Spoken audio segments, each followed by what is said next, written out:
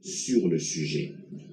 Nous allons inviter une commission. D'ailleurs, ce serait bien pour l'honorable Sessanga de se joindre à cette commission parce qu'il en a toujours été le fervent défenseur. Peut-être qu'alors, s'il a des appréhensions, parce que je considère ici que c'est vraiment un débat où on a des appréhensions sur les calculs, sur les intentions du président de la République. Ici, le président de la République, qui est aux commandes de la République depuis 6 ans. Nous avons une constitution qui a été promulguée depuis 2006. Nous voyons, nous tous, certains goulots. Je ne voudrais pas aller en profondeur dans les débats, ce n'est peut-être pas le cadre qu'il faut, mais les Congolais les réclament-ils pas aujourd'hui une double nationalité? Nous parlions du secteur minier ici, il y a beaucoup de Congolais qui sont experts dans les mines. Nous étions à Genève, nous avons rencontré des Congolais qui travaillent pour les organisations des Nations Unies, qui nous l'ont demandé. Alors, à un moment donné, il faut faire la part de choses entre ce qui doit relever d'un comportement purement politicien et ce qui doit relever du sens de la République en termes de notre responsabilité collective. Si aujourd'hui, la volonté du président de la République, c'est d'avoir des structures étatiques plus aptes à répondre aux préoccupations de Congolais, où est le mal? Si aujourd'hui, c'est pour permettre à nos compatriotes qui ont pris de nationalité étrangère de jouir du fait qu'ils ne peuvent pas perdre leur nationalité d'origine, ça pose de problème à qui? Parce qu'une constitution a un objectif, on n'a pas besoin d'être juriste pour le savoir. L'objectif de la constitution actuelle, dans les contextes de son élaboration, on voulait mettre fin à la guerre.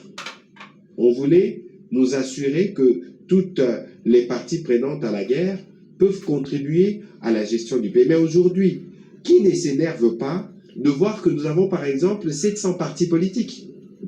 Lorsque vous avez suivi les résultats des états généraux de la justice, où on estime qu'il y a des articles qui peuvent être retouchés. Alors ici, il faut nous sortir de haine, nous sortir des aigreurs, nous sortir du côté envieux ou du côté ambitieux à outrance, devenir président de la République à tout prix, pour ne pas empêcher aux Congolais d'avoir accès à des éléments d'information qui ressortiront de la commission qui sera mise en place et qui leur permettront de juger.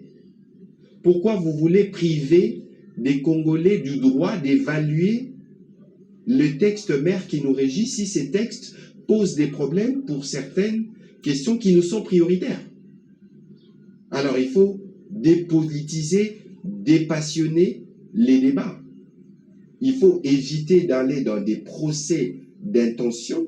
Nous sommes en début de mandat. Le président de la République a encore 4 ans. Alors il faut éviter de lui prêter des intentions.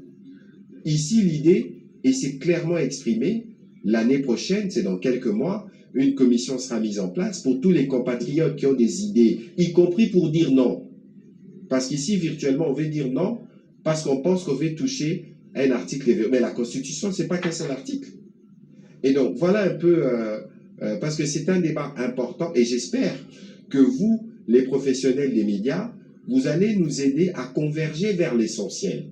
Parce que l'objectif ici, c'est de nous assurer que nous avons des institutions qui sont plus fortes et des institutions qui sont plus amènes de répondre aux défis des compatriotes. Le président de la République vous l'a dit, son souci, ce n'est pas de s'éterniser au pouvoir, mais c'est d'être sûr qu'après son passage, qu'il rende la tâche plus facile à celui qui lui succédera.